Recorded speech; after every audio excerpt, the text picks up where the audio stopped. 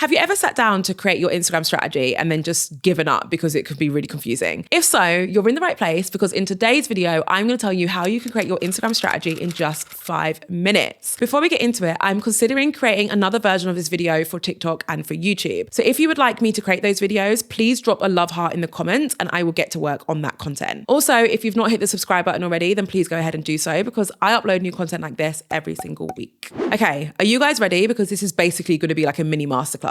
Step number 1 to creating your Instagram strategy. You need to define your objective. Your objective is just like a marketing word for your goals, right? So there are 3 common objectives for Instagram channels. The first is to grow a huge audience or to reach a lot of people, right? The second is to get great engagement or build a community. And the third is to drive sales or leads. I want you to order those 3 things in order of importance. The one you've put at the top, so the most important objective, that is now your primary objective. The other 2 are your secondary objectives.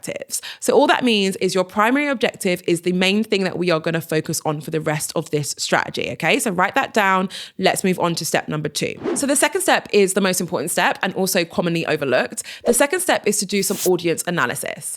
At the end of the day, if you don't have a good understanding of who your audience are, it's very difficult, if not impossible, for you to create content that actually lands and resonates with them, right? If you don't know who they are, how are you creating content for them? So there are a few different things that we want to dive deep into when it comes to your audience analysis. The first thing is your audience's demographics. So for example, their life stage, are they married? Are they not married? How old are they? Where do they live? The second thing is their likes or their dislikes. And the third thing is their pain points. Now, what I want you to think about when you're writing down some notes for those 3 headings is to only write down things that are actually relevant to your Instagram channel. Let me give you an example. Let's say I am a relationship coach, right? Which is what I feel like I become when I've had a couple drinks. Let's say I'm a relationship coach and I create content for people who are having issues within their marriage. If that's the case, when I'm writing down their demographics, so their life stage, their age and stuff like that, I need to make sure that I write down that my audience are married. On the other hand, if I'm a person who creates content about social media, I don't need to know if someone's married or not. It has nothing to do with me, right? So when you're writing down these answers, think about you and the content that you create. Other examples, when it comes to their likes and their dislikes, if you are a fashion creator, then you probably know that your audience like fashion. What kind of fashion do they like? What kind of fashion do they dislike, right? Do they prefer fast fashion over sustainable fashion or vice versa? And the same thing goes for their pain points, right? My audience, so you guys, I know that you might struggle with creating your Instagram strategy. So therefore, one of the pain points I'm going to write down is struggles with creating Instagram strategies, right? You catch my drift. Also, notice that I said audience and not niche. You don't need to niche down in order to create your Instagram strategy, but what you do need is to have a firm grip of who your audience are. Step number 3, your value proposition. If you're familiar with my content, you knew this was coming. I want you to think about the value that you're going to offer people through your Instagram content. So think about who your audience are, think about what their pain points are, and now think about how you can provide valuable content to them. Now, valuable content comes in a bunch of different forms. For example, you can share content that's educational, entertaining, relatable, inspirational. Pick one, pick a few, and figure out what you're going to offer your audience. Write that down, and if you're happy with whatever you've written down, whack it in your bio. Like, you don't have to be happy with it straight away. You can work on it. It can evolve over time. But if you feel like you're happy with your statement or your phrase, put it in your bio. For example, my bio says, turn your influence into income. That is my value proposition. I am telling anyone who wants to follow me on Instagram that I'm going to help them turn their influence into income. And I came up with that value proposition by thinking about who my audience are and what they might find valuable from me. Next up, content planning. This is the fun part, right? We're now going to focus on creating content ideas and figuring out what type of content to share on your Instagram. When it comes to ideation, whenever you're thinking of an Instagram content idea, I want you to think back to who your audience are and use that as inspiration. We want to be making content for our audience. That is how we make sure our audience resonates for them, right? When it comes to the format, so this is referring to like if you're going to be sharing reels or photos or carousels, there's a few different things to consider. I want you to think back to what your primary objective is. So is it that you want to grow, have engagement, or was it for sales? Think about which one you picked, right? Because I'm going to tell you which formats to focus on depending on what your objective is. So if you said that you want to grow, you want to focus on sharing more reels than anything else. Still have a mixture of formats formats if you want, but you want to make sure you're sharing more reels than anything else because that is what helps you grow and reach new people. On the other hand, if you're trying to get great engagement and build a community,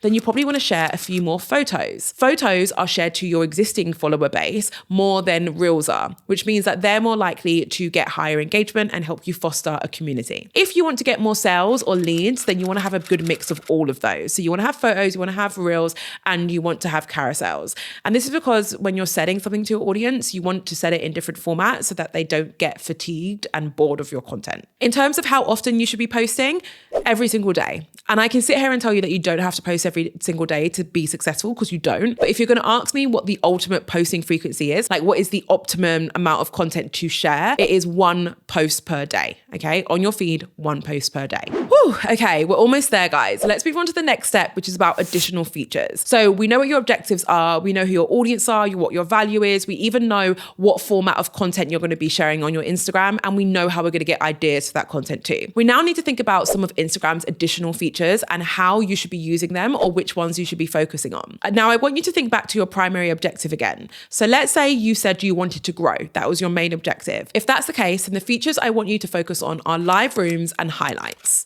The reason why is because live rooms allow you to go live with multiple other people. And when you go live with multiple people, you're able to access their audience because they might join the live, right? And that can help you grow. When it comes to highlights are great because most of the people who look at your highlights are new to your channel. Therefore, your highlights could be a really great opportunity for you to put your best foot forward and bond with new people super quick and get them to actually follow you. So this is when you want to do stuff like have an about me highlight or a my story highlight or behind the scenes highlight because it allows people to get to know you super quick, and that usually means they're more likely to follow you as a result. If your objective was about engagement and community building, then I want you to lean into your stories and make sure that you're using a lot of interactive stickers like the Q&A box or the poll sticker, because these allow you to open a dialogue with your audience and that helps you with engagement. Another thing to consider when it comes to engagement and community building are solo lives. Solo lives are great for this objective because they allow you to speak to your audience in real time, and there's not really any other feature what allows you to do that. Last but certainly not least, if your objective was to get more sales and more leads, I want you to focus on your DMs, on your stories, specifically using the link sticker,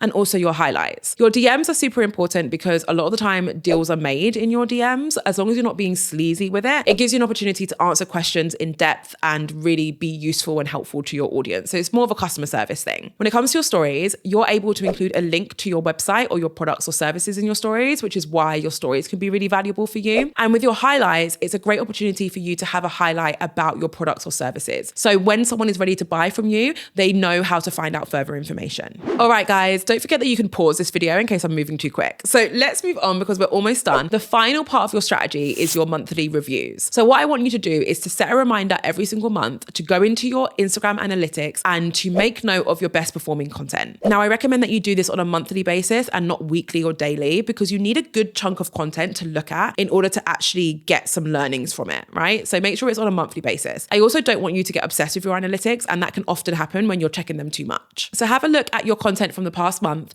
and have a look at what performed best for you. Remember, if your objective is to grow, then you probably want to look at the content that reached the most amount of people. If your objective is to get engagement, then you probably want to look at the content which got the most interactions. And if your objective was to get sales or anything like that, then you probably want to look at how many clicks your links in your stories got or how many clicks your link in bios got, that kind of stuff. Okay, guys, that is my whistle stop tour of how you can create your Instagram strategy in just 5 minutes. Obviously, if you have longer to do your strategy, then I recommend that you do so. But if you don't have more than 5 minutes free, you know how to create your strategy. So you're welcome.